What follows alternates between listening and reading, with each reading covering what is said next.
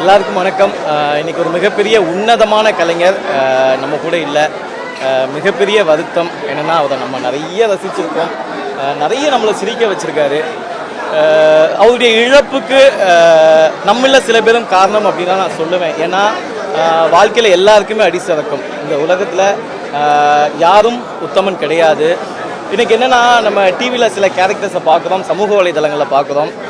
சில பேர் சில நல்லது பண்ணும்போது, நல்லது பண்ணுற மாதிரி காட்டும்போது அவங்களாம் ரொம்ப நல்லவங்க. சில பேர் ஏதாவது ஒரு இடத்துல தவறும்போது அவங்களாம் கெட்டவங்க நம்மளாம் இமேஜின் பண்ணிவிட்டு அவங்க மீது நிறைய விமர்சனம் பண்ணுறோம். சமீப காலமாக ரோபோனா மீதும் சரி, ரோபோனா குடும்பத்தின் மீதும் நிறைய விமர்சனங்கள், நிறைய கமெண்ட்ஸு.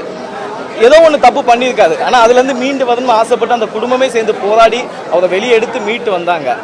ஆனால் அதற்கப்புறம் அவருக்கு கொடுக்கக்கூடிய கமெண்ட்ஸ் எல்லாமே ரொம்ப பேட் கமெண்ட்ஸ். ஏன்னா அவர் கூட நான் இருந்திருக்கேன். வெறும் ஷோவில் ட்ராவல் பண்ணதை தாண்டி பர்சனல் லைஃப்பில் நிறைய ட்ராவல் பண்ணியிருக்கோம். அந்த மனுஷன் வெளியே தாங்க ஜாலியாக சிரிச்சிட்டு இருந்திருக்காரு.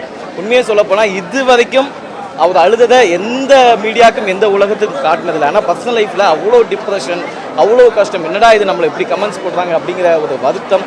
ஸோ உங்கள் எல்லாருக்கும் நான் சொல்லக்கூடிய ஒரே ஒரு விஷயம் என்னென்னா, திரைத்துறையில் நீங்கள் பார்க்குற ஒரு கேரக்டர்ஸை நீங்கள் அந்த மீடியாவில் பார்க்குற சில விஷயங்களை மட்டும் ஜட்ஜ் பண்ணி அவங்கள விமர்சிக்காதீங்க. தப்பு பண்ணால் கூட ஓகே, அவங்களுக்கு நீங்கள் சில அட்வைஸ் கொடுக்கலாமே தவிர அந்த கமெண்ட்ஸும் அவருக்கு ஒரு மிகப்பெரிய டிப்ரெஷனை கொடுத்துச்சு. அண்ட் இதுக்கப்புறம் நம்ம செய்ய வேண்டிய விஷயம், ரோபோனா குடும்பத்தை நம்ம பார்த்துக்கணும். ஏன்னா இந்திரஜாக்கா பிரியங்காக்கா எவ்வளவோ போராடினாங்க. ஏன்னா 3 நாளாக நான் ஹாஸ்பிட்டலில் கூட இருந்தேன், எனக்கு தெரியும்.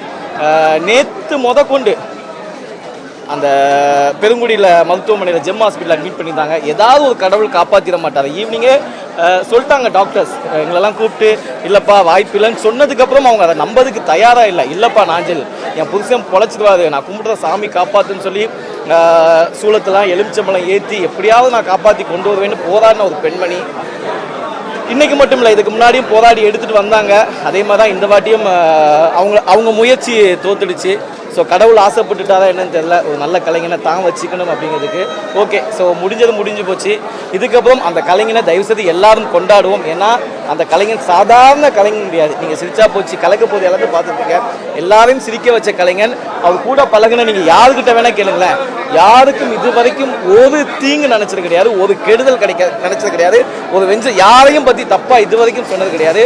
அது கூட பழகுற எங்களுக்கு தான் தெரியும். அவருடைய சுய பழக்கத்தில் சில கெட்ட விஷயங்கள் இருக்கலாம். இதை விமர்சிக்க நம்ம யாரும் தகுதி கிடையாது. இன்னைக்கு நீங்கள் எத்தனை பேர் இந்த வீடியோஸ் பார்க்குறீங்க, எத்தனை பேர் இருக்கீங்க, இதில் எல்லாருக்கும் ஏதாவது ஒரு பேட் ஹேபிட்ஸ் இருக்க தான் செய்யும். அதுலேருந்து வெளியே வரும். பட் அதெல்லாம் தாண்டி மனுஷன் வந்திருக்காரு. ஓகே, பட் இருந்தாலும் இதுக்கப்புறம் விமர்சனம் வேணாம்.